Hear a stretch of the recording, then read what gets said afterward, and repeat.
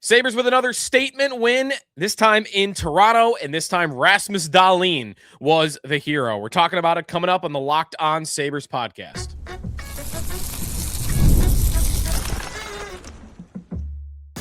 Your Locked On Sabres, your daily podcast on the Buffalo Sabres. Part of the Locked On Podcast Network, your team every day. What is up, everybody? Welcome in to this Wednesday edition of the Locked On Sabres podcast. Thanks for making us your first listen every day. We are free and available wherever you listen to your podcast. You can watch our show on YouTube, like and subscribe us there. Get into our Locked On Sabres Everydayers Club. You're missing out if you're not in it. You get into our Discord, which is a lot of fun, and ad-free versions of the show. Go to lockedonsabres.supercast.com to sign up. Sneaky Joe DiBiase following a 7-4 win. Sabres over the Maple Leafs. 30-17-5. Third place in the Atlantic Division. Now a 4-game win streak. Things are going really, really well. A lot to get to from this game. We've got the Dahlin performance right at the top of the page, and we'll talk about that coming up here in short order. Goalie, little interesting last night. Luukkonen goes out with an injury. Colten Ellis comes in, his performance. Also, the schedule between now and the Olympic break and where the goaltending situation could fall in there. And we'll take a look around the standings as well. There were a lot of teams in action last night, including Florida, including Detroit, Montreal, Boston. Pretty much everybody that you care about was in action. So we'll get to all that coming up on today's show. The Sabres win in Toronto. And, man, they looked like the better team. I thought from maybe not start to finish, but really once the second period got rolling, which has been a bad period for the Sabres in recent games. Not every game. The Islanders game, I think they were fine. But some of those games where they kind of collapsed and let teams buzz around in the zone. This game, it was keeping Toronto hemmed in their own end. They could not get out. And it's amazing to say this and believe it, but I think I do, that the Sabres could have had more than 7 goals on the night, or maybe you would want to say that, it evens out. The Sabres had a couple of long shifts in this game where they were getting chance after chance and they didn't find the back of the net. But at the same time, you did get 2 goals in the first period that went in off of the stick of defensemen of the Maple Leafs. So maybe it does even out at the end of the day. But man, we talked about it yesterday, previewing this game and looking at the two opponents throughout this season so far and what the lineups look like and some of the stats on it. And everything tells me that the Sabres are a better team than the Maple Leafs on paper and in action. They're a better team than Toronto. And I know Toronto is without Willie Nylander and without Chris Tanev, and those are 2 big injuries for them. But, man, it didn't look close last night. It was kind of amazing to me the Leafs were even in the game for as long as they were. The Sabres are a faster team than Toronto. They are a more physical team. I think they're a more skilled team when Nylander's not out there, especially. When Nylander's out there, it's tough for me to not give them credit for having the top end forwards that the Sabres don't have 2 of, right? Nylander and, Tavares used to be this, maybe not as much anymore, but Matthews, of course, as well. And the Sabres have Tage, and he's of that caliber, but everybody else is really good, but whatever. I don't need to debate whether Nylander makes them better than the Sabres skill-wise. The Sabres were there last night, and they looked like the more skilled team to me on the ice. And that's depth, too, right? Like, Toronto doesn't have depth, and they get one important injury to a guy like that, and they're not able to overcome that, and they go on this slide. Whereas Sabres will miss guys, as long as it's not 6 of them, like earlier in the year. If they're missing a guy or 2, right now, they're missing Josh Norris and Yuri Kulik down the middle. And they're fine. They're doing okay. They got it. Noah Ostlund has been a big reason for that down the middle. But they've got depth. So more evidence yesterday. The Sabres are a better team than the Maple Leafs. They outshot Toronto on the night 31-23. That does mean we just narrowly missed our bet. I think by 1 save. Our bet of the night was Joseph Woll to have over 24.5 saves, and I believe he had 24 when it comes down to it at the end of it all. So whatever. Didn't win that bet. That's fine. Sabres won the game, and that's what we're happy about on the night. The Sabres, in terms of some of the numbers, they did have more shot attempts, 53 for Buffalo, 50 for Toronto, so pretty close, and that's at 5-on-5.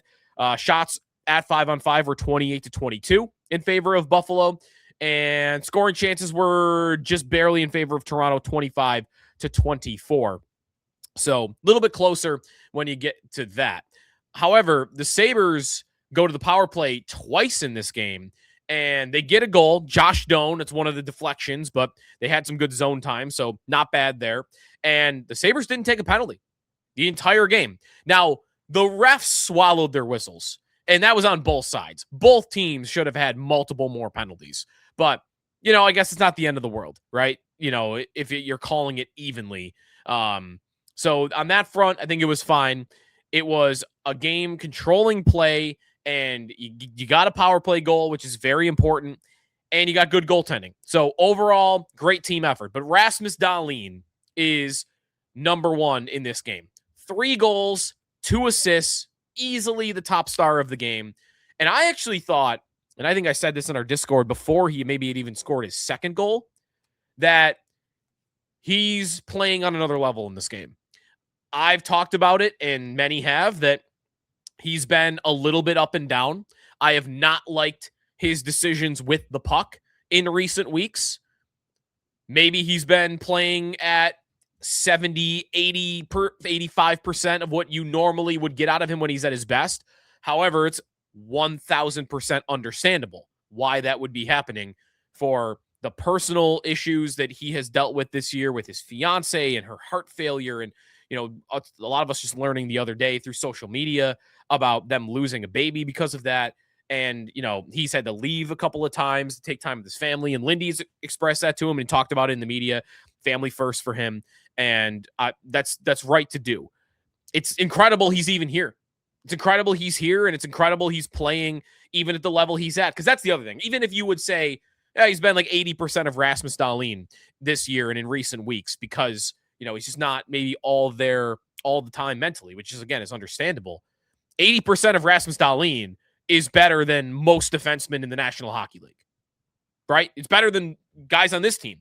80% of Dahlin's better than Power. It's better than Byram. Maybe not Samuelsson this year because Samuelsson has been that good. But whatever. He's been awesome. And last night was not just 100% of Dahlin. It was 150% of Dahlin. Every time he took the ice, he was making the right decisions. He was playing really well in his own end, shutting plays down, getting the puck out smoothly. The couple of goals, he gets lucky in the first one. But you do create your own luck where you're in on a rush or maybe more like established zone time, and you're trying to get the pass across to Jason Zucker, who, if the pass does get there, it's maybe a tap-in goal. So you've helped create that situation, that shift, that line that was out there. So, yeah, you get a little lucky, but you created it yourself with all the possession that you had on that one. The second goal, I don't know if Dahlin's ever scored a goal like that. How many defensemen ever scored deflection goals?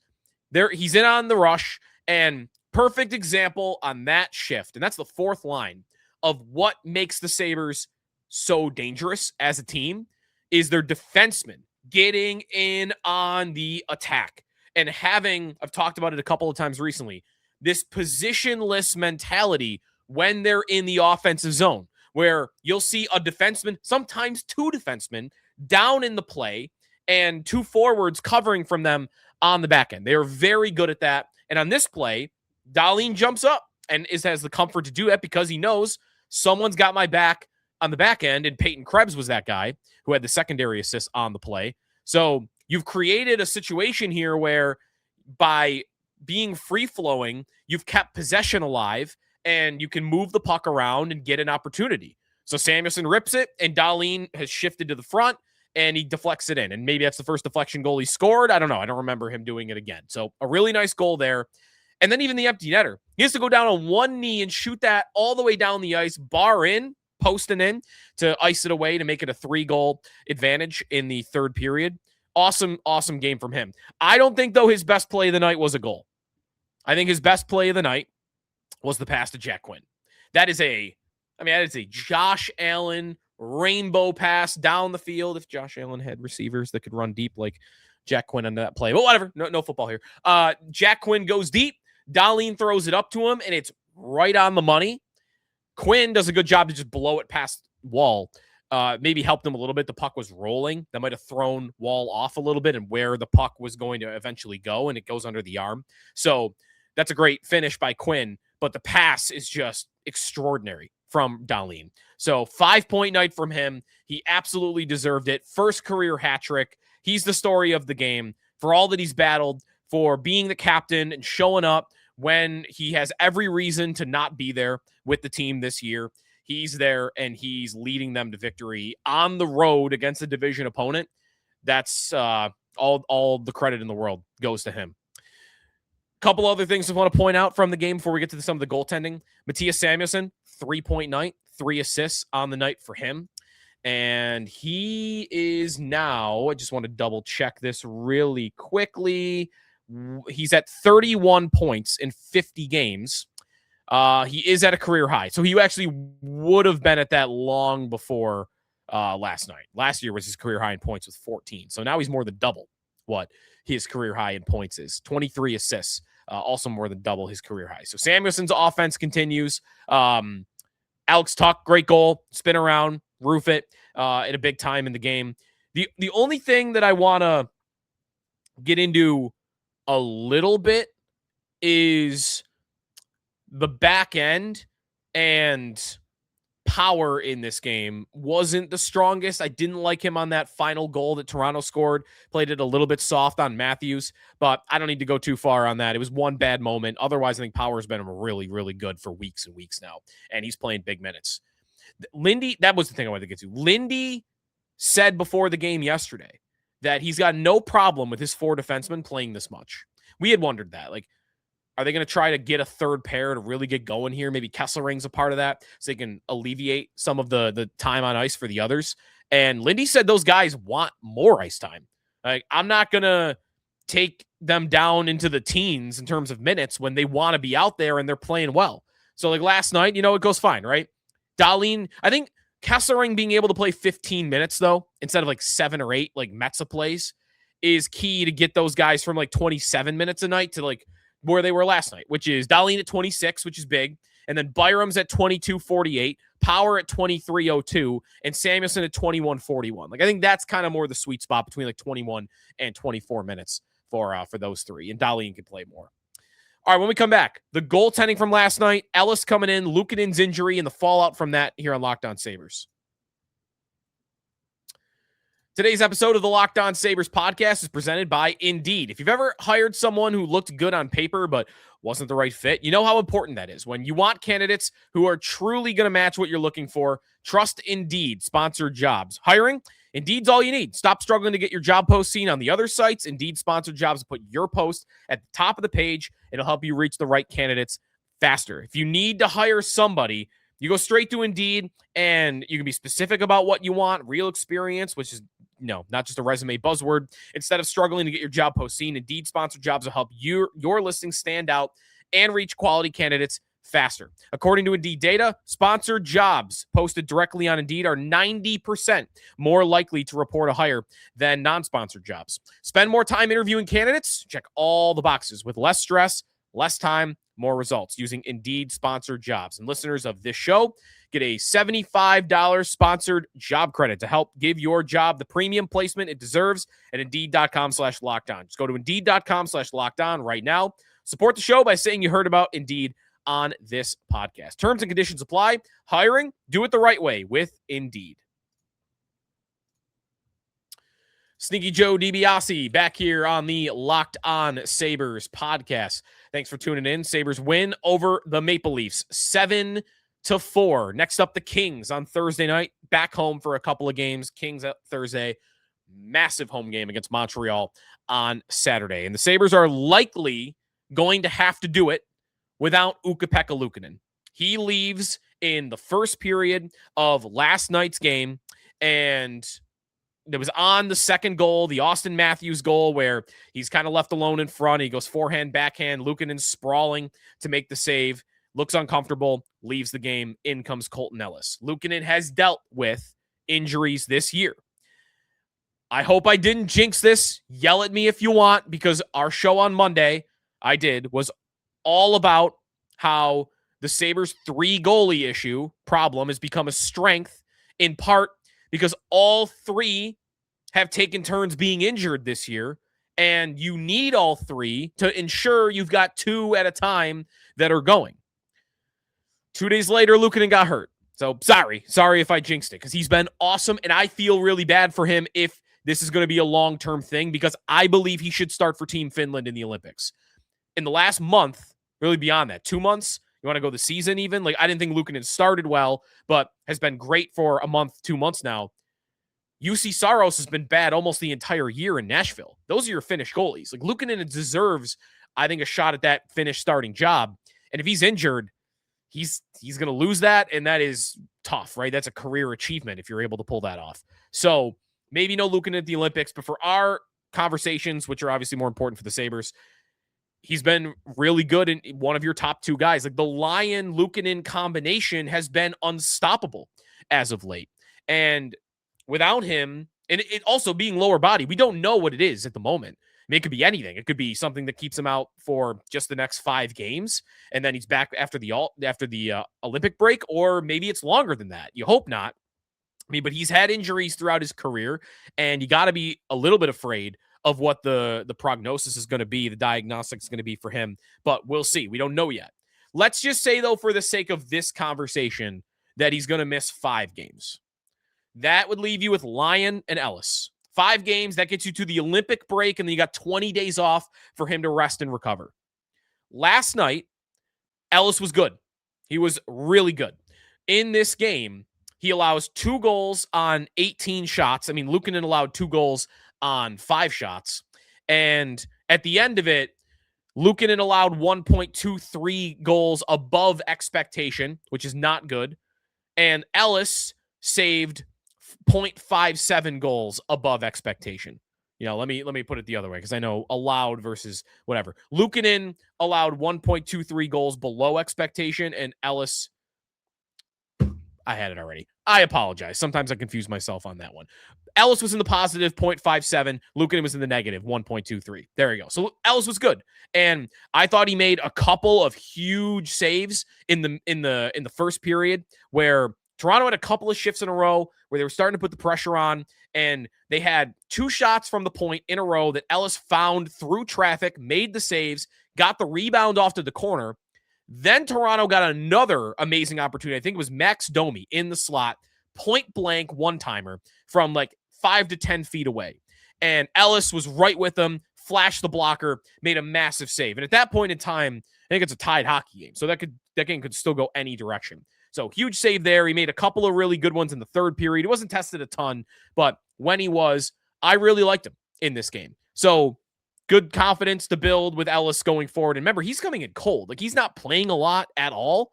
He's really out of the rotation when everybody's healthy. So coming in cold like that and performing the way he did was definitely admirable. Now, going forward, although I've liked Ellis as of late, and his numbers back that up. We pointed out earlier this week that since the Sabres win streak began on December 9th, goals saved above expected out of 80 goalies, you had Lyon at number 3, you had Luukkonen at number 9, and Ellis was at number 18, which is still really good, and that's per minute played. So after last night, it's probably even a little bit higher. He's been good, just not as good as the other 2.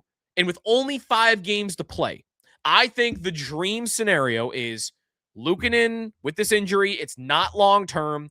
You hold him out until the Olympic break. You go and you ride Alex Lyon in 4 of the 5 games. And if he stays hot, then you got nothing to worry about, because then Lyon plays Thursday against LA. If he goes well, you go back to him on Saturday for a massive game at home against Montreal. And then you got 2 games in Florida. At Florida on Monday at the Panthers, and then at the Lightning on Tuesday. Ellis gets one of those games. You decide which one. Florida is a 4-point game more to me than Tampa is. So I'd go Lyon against Florida. If they think they want to give Lyon a couple extra days rest, then you go Ellis against Florida and you go Lyon against Tampa. But either way, Ellis plays one of those 2 games. And then if Lyon is still playing well, you play him against Pittsburgh on Thursday, and then you're into the Olympic break. And I think that's a very easy schedule to go through goaltender-wise. Lyon gets 4.